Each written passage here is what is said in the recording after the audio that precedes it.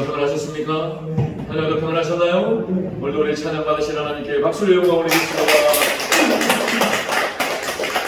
우리 앞뒤자로 반갑게 부활절 인사 나누겠습니다. 예수님 부활하셨습니다. 예수님 부활하셨습니다. 또 한번 인사해 보세요. 나도 부활할 것입니다. 나도 부활할 것입니다. 그렇습니다. 예수님은 부활하셨습니다. 그렇게 믿는 자는 저와 여러분도 부활하실 줄 믿습니다. 아멘. 한번 따라하시죠. 살아나셨느니라. 살아나셨느니라. 살아나셨느니라.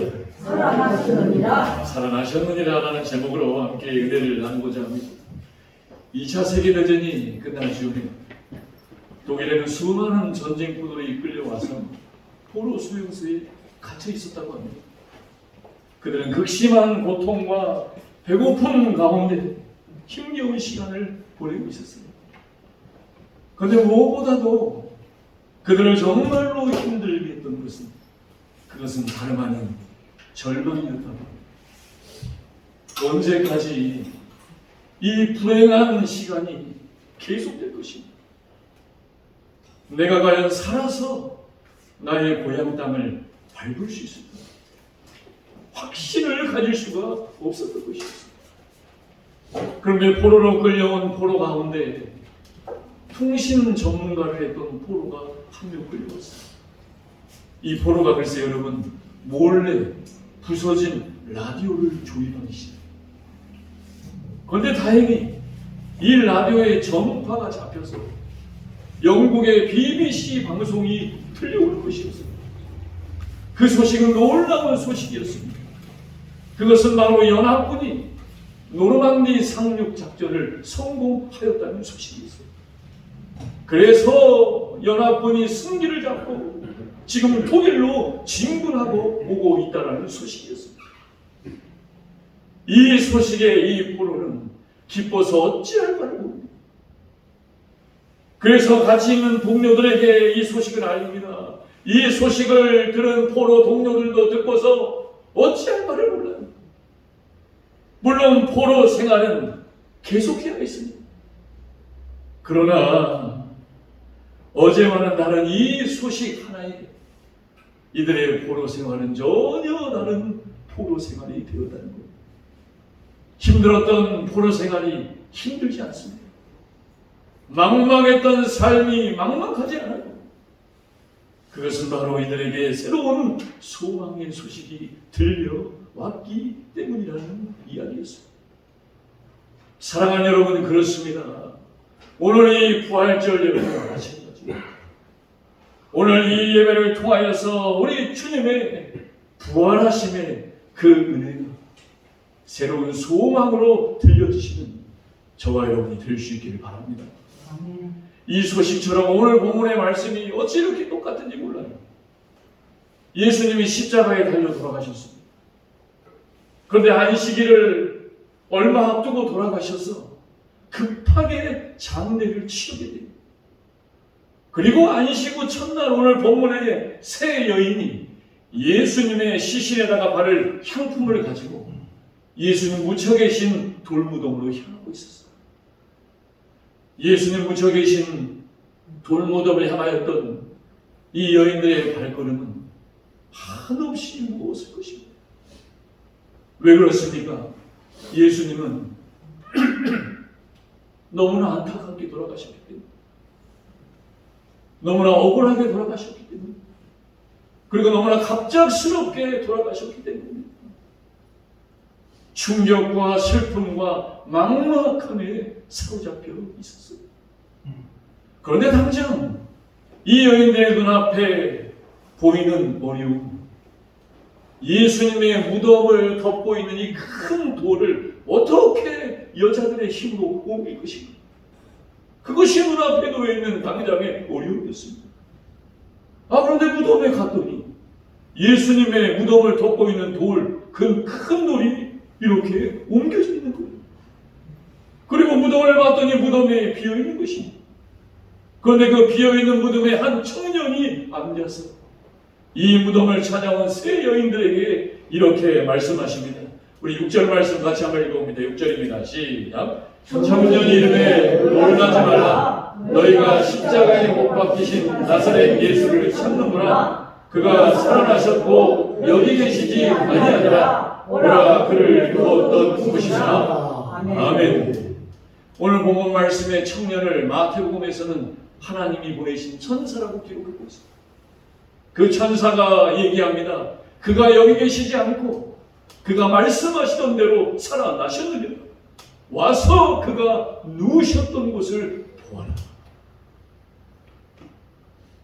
이 소식이 이 여인들의 삶을 변화시키죠. 절망과 슬픔과 충격과 막막했던 마음, 예수 그리스도의 부활의 소식이 이 여인들의 삶을 변화시키셨다는 거예요. 사랑하는 여러분, 우리는 오늘도 이 예배를 통하여서 부활하신 주님께 예배드리고 있는 줄 믿습니다. 그 주님을 만날 때 그 주님은 저와 여러분의 삶을 변화시켜 주시는 줄로 믿습니다. 오늘 이 시간이 우리 주님으로 인하여 변화되어진 저와 여러분의 시간이 될 수 있기를 바랍니다. 그럼 이제 본문을 중심으로 부활의 주님이 이 여인을 어떻게 변화시키셨는가? 저와 여러분은 어떻게 변화되어야 하는가? 오늘 본문을 통하여서 살펴보기를 원합니다. 첫째입니다. 우리 8절 말씀 같이 한번 읽어봅니다. 8절입니다. 시작. 여자들이 몹시 놀라 떨며 나와 무덤에서 도망하고 무서워하여 아무에게 아무 말도 하지 못하더라. 아멘. 첫째입니다. 같이 한번 읽어봅니다. 시작. 몹시 놀랐습니다. 한번 따라해보세요. 몹시 놀랐습니다. 몹시 놀랐습니다. 예수님의 부활을 경험한 이 여인들의 첫 번째 반응이 몹시 놀랐다는 것. 그렇습니다, 여러분. 예수님의 부활을 믿고 만나는 자는 놀랍게 되더라는 것. 오늘 본문을 보세요. 사흘 전에 돌아가신 예수님이 무덤에 없는 거예요. 여러분 놀라워요, 안 놀라워요? 놀랍죠. 그런데 거기서 더 나가서 무덤에 있어야 할 시신도 없고 그 시신이 부활해버렸습니다. 놀라워요, 안 놀라워요? 놀라운 거예요. 이처럼 하나님께서는 저와 여러분을 깜짝깜짝 한 번씩 놀라게 하여 주시오. 왜요? 그 놀림을 통하여 부활의 주님을 만나는 것이죠. 구약에 보면 아브라함이 몇 살에 아들을 낳아요? 아브라함이 몇 살 이상을 낳아요? 100살. 여러분 100살 살기도 어렵죠? 100살의 애를 낳았대요. 놀라워요, 안 놀라워요? 놀라워요. 아마 아브라함은 깜짝 놀랐을 것입니다, 여러분. 근데 100살에 낳은 아들을 이제 좀 키워놨더니 하나님이 어떻게 하라고 합니까? 그 아들을 제물로 죽여서 바쳐라. 만약에 여러분이 이 말 들었다면 어떻게 되겠어요? 깜짝 놀라겠죠. 할 수가 없죠. 할 수가 없어요. 그런데 아브라함이 그 아들을 제단에 올려놓고 하나님의 말씀대로 죽이어서 제물을 바치려고 하는 순간 하나님이 깜짝 놀라서 뭐라고 하십니까? 아브라함아 멈춰라. 그리고 뒤를 봤더니 수풀에 걸린 수장 한 마리가 있게 됩니다. 그러자 그것을 보고 아브라함이 깜짝 놀래요. 그리고 하나님 앞에 예배하며 그곳의 이름을 뭐라고 합니까? 여호와 이레. 하나님 나를 깜짝 놀라게 하셨지만 여호와 이레, 여호와의 산에서 준비하시리라. 하나님은 나에게 깜짝 놀램을 주시지만 하나님은 준비하시는 은혜를 허락하여 주시더라는 것입니다. 그렇습니다. 사랑하는 여러분, 예수님의 부활의 사건은 온 세상을 향한 놀라운 사건이었습니다. 이 예수님의 부활의 사건으로 온 세상이 변하게 되었습니다. 이 예수님의 부활의 사건이 역사를 변하게 하여 주시는 줄 믿으시기 바랍니다. 그래서 예수님의 부활이 믿어지는 자는 하나님의 놀라움을 경험하게 되더랍니다. 여러분, 우리가 그동안 인생을 살아오면서 여러분 살아온 인생 한번 돌아보세요. 하나님이 여러분의 인생에 깜짝깜짝 놀라게 하셨던 사건들 있었어요, 없었어요? 있었습니다. 그거 누가 있게 하신 거예요? 하나님이 하신 거예요. 죄를 지어서, 조상이 죄를 지어서가 아니라 하나님이 그 놀라운 사건을 통하여 저와 여러분에게 예수 그리스도를 만나게 하시려고 그 놀라운 사건을 주셨다는 사실이죠. 여러분, 사람은요 가끔씩 깜짝깜짝 놀래줘야지. 안 그러면 그냥 세상이 그냥 편한 줄 알고 이게 좋사오니 여기가 좋사오니 또 나약해지고 흐트러져가지고 그래서 하나님이 한 번씩 깜짝깜짝 놀라게 하시고, 저는 개인적으로 지금까지 살아오면서 가장 하나님이 저를 놀라게 하셨던 사건은 다름 아닌 제 아버지가 어느 날 한순간에 좋아지게 된 사건. 아니 목사님, 아버지가 좋아진 건 당연한 게 아니라고 얘기하는 분도 있을 수 있겠지만 저에게는 아버지라는 말만 들으면 여기에서 이렇게 뭐가 올라와요. 그리고 억울해요. 답답해요. 분노가 치미는 인생이었어요. 그런데 어느 날 하나님께서 한순간, 여러분 하나님의 시간은 한순간입니다. 한순간 내 아버지를 볼 때 좋아지게 하신 거예요. 예전에는 아버지란 말만 들어도 속상했는데 이제는 아버지란 말을 들어도 속상하지 않아요. 내가 왜 이러지? 왜 내가 아버지가 좋아지는 거지? 이해할 수 없는 놀라운 사건. 하나님은 한순간으로 우리를 만나 주시는 줄 믿습니다. 사랑하는 여러분, 예수님은 부활하셨습니다. 그 부활하신 주님은 저와 여러분의 삶에 놀라움을 주셔서 그 놀라움 가운데 주님을 만나신 우리 자평안의 모든 성도들이 될 수 있기를 주님의 이름으로 축원합니다. 두 번째입니다. 우리 10절 말씀 같이 한번 읽어봅니다. 10절입니다. 시작.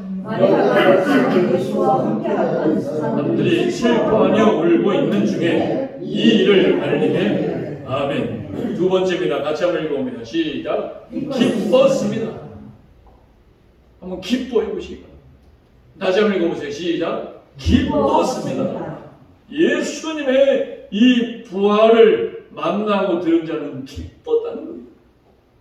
오늘 이 8절 10절 말씀을 마태복음 28장 8절에서는 이렇게 기록합니다. 같이 한번 읽어봅니다. 시작. 그 여자들이 무서움과 큰 기쁨으로 빨리 무덤을 떠나 제자들에게 알리려고 가는 길 갈새. 아멘. 큰 기쁨이라는 거예요. 여기서 큰 기쁨이란 세상에서 맛볼 수 없는, 세상이 줄 수 없는 기쁨을 우리 부활의 주님이 믿는 자 가운데 허락하여 주셨다는 겁니다. 여러분, 나의 슬픔을 주님이 기쁨으로 바꿔주시고, 나의 절망을, 나의 억울함을 주님이 기쁨으로 바꿔주시다.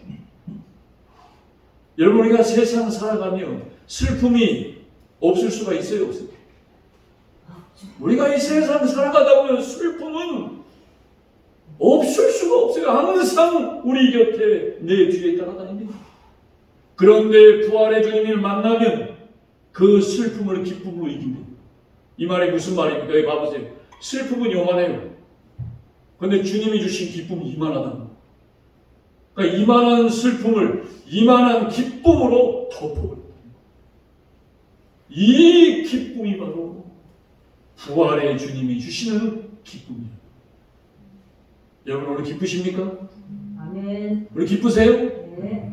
오늘 엘리베이터가 고장났는데 기쁘세요? 네. 날이 운동했잖아요. 오늘 올라오다 보니까 저는 예수님의 골고다 운동이 생각나요. 아, 예수님 이렇게 또 골고다를 경험하게 하시는구나. 그렇게 땀을 한번 흘릴 때 제가 이렇게 땀이 내복까지 입어서 땀이 예수님은 땀을 흘려도 이렇게 기쁘게 하셔요. 지난주에 극동방송에 나온 사연이 서울 강남에서 술집을 하는 사장님이 예수님을 믿게 되었습니다. 근데 이 사장님이 얼마나 기뻤는지 술집 하다가 예수를 믿게 되는 기쁜 게 너무 기뻐서 주위를 살펴봤더니 아니 이렇게 기쁜 소식이 있는데 왜 사람들은 저렇게 힘들어하며 낭망하며 아무 마음 없이 살아가는 걸까? 저들에게 예수님을 전할 방법은 없을까? 생각하던 차에 이분이 어떻게 하는지 아세요? 우리나라 공영방송국에 전화를 해서 여보세요? 예, 여기 지금 너무 기쁜 소식인데 와서 취재 좀 해달라고. 아 그래요? 그분이 어떤 분인데요? 아니 이렇게 사람을 기쁘시게 하는 분을 그러고 본 적이 없다고 와서 취재해달라고. 아 그래요? 그분이 누구냐 했더니 그분이 바로 예수님. 여러분 얼마나 예수님을 믿는 게 기뻤으면 방송국에 전화해서 취재 좀 해달라는 그 사장님의 마음 이해가시죠? 술 팔고 장사하며 돈은 벌었는지 모르지만 자신에게 기쁨은 없었다. 그렇습니다, 여러분. 우리 주님을 만나면, 우리 부활의 주님을 만나면 주님은 우리에게 기쁨을 주시고 세상에서 팔고 장사하고 뭐하고 해서 얻는 기쁨이 아니에요. 주님만이 주시는 기쁨. 여러분 주위를 둘러보세요. 온통 기뻐하는 자들보다는 이래서 슬프고 저래서 슬프고 이래서 낭망하고 저래서 낭망합니다. 이 슬픔과 낭망을 이기는 길은 오직 우리 주 예수 그리스도인 줄 믿으시기 바랍니다. 그 주님이 오늘 이 부활의 아침에 저와 여러분에게 기쁨을 주시고 계시니 기뻐하시는 자들이 될 수 있기를 주님의 이름으로 축원합니다. 마지막 세 번째 같이 한번 읽어봅니다. 시작. 새로운 소망을 가지게 되었습니다. 오늘 이 세 여인이 예수님의 돌무덤에 가 절망 가운데 찾아갔습니다. 그런데 그 여인 가운데 특별히 막달라 마리아는 얼마나 큰 절망 가운데 있는지 몰라요. 왜 그렇습니까? 막달라 마리아는 7 귀신이 들렸던 여인이라고 했죠.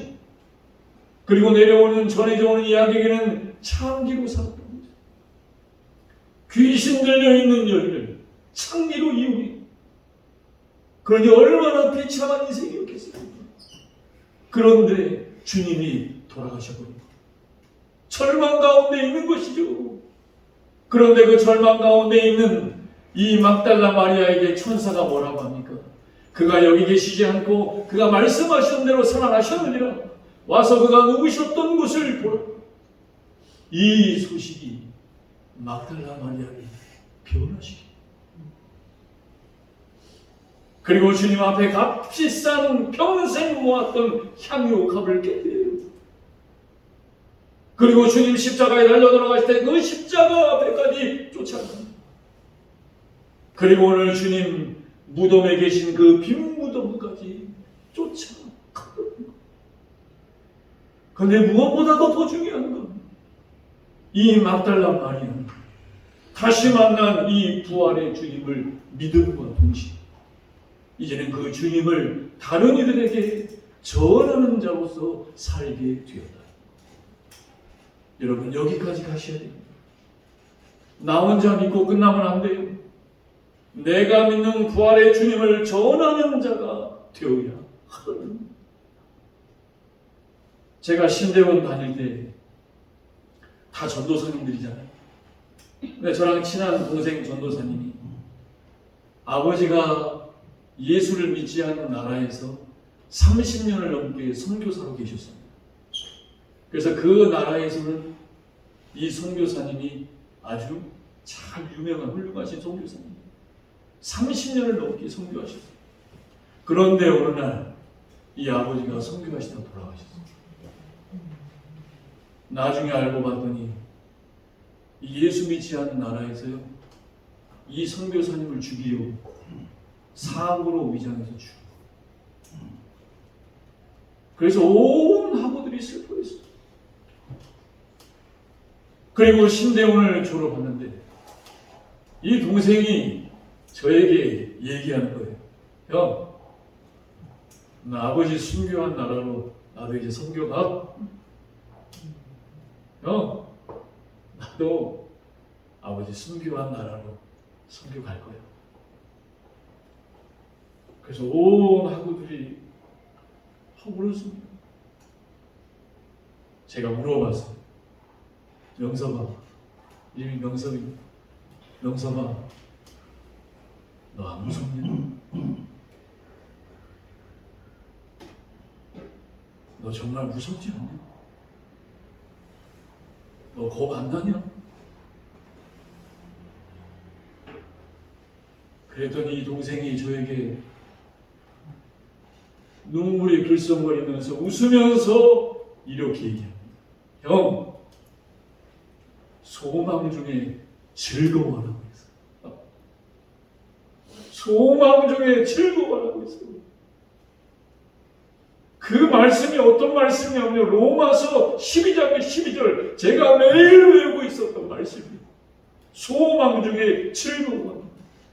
환난 중에 참으며 기도에 항상 힘쓰고.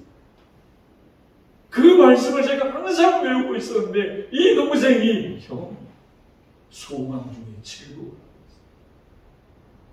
그리고서 성경을 잘하고 있습니다. 우리 로마서 12장 12절 말씀 같이 한번 읽어볼까요? 시작. 소망 중에 즐거워하며 환난 중에 참으며 기도에 항상 힘쓰며. 예수 그리스도께서 부활하여 우리에게 주신 그 소망으로 즐거워하시기 바랍니다. 환난이 오더라도 참으시기 바랍니다. 그러나 기도에 항상 힘쓰며 살아가는 자들이 되시기를 바랍니다. 그럴 때 우리 주님의 부활의 소식은 나를 놀랍게 하실 것이고 나를 기쁘게 하실 것이고 나를 새로운 소망으로 인도하여 주실 줄로 믿습니다. 오늘부터 시작된 한 주간 이 주님이 주시는 부활의 은혜로 살아가는 우리 참편의 모든 성도들이 될 수 있기를 주님의 이름으로 축원합니다. 이 시간 말씀 생각하며 결단의 기도 드릴 때 사랑의 아버지 하나님, 그렇습니다. 저를 놀라게 하신 주님, 기쁘게 하신 주님, 소망을 주신 주님, 아버지 감사합니다. 주님 부활의 아침에 우리 감사하며 주여 한번 부르짖고 결단의 기도 드립니다. 주여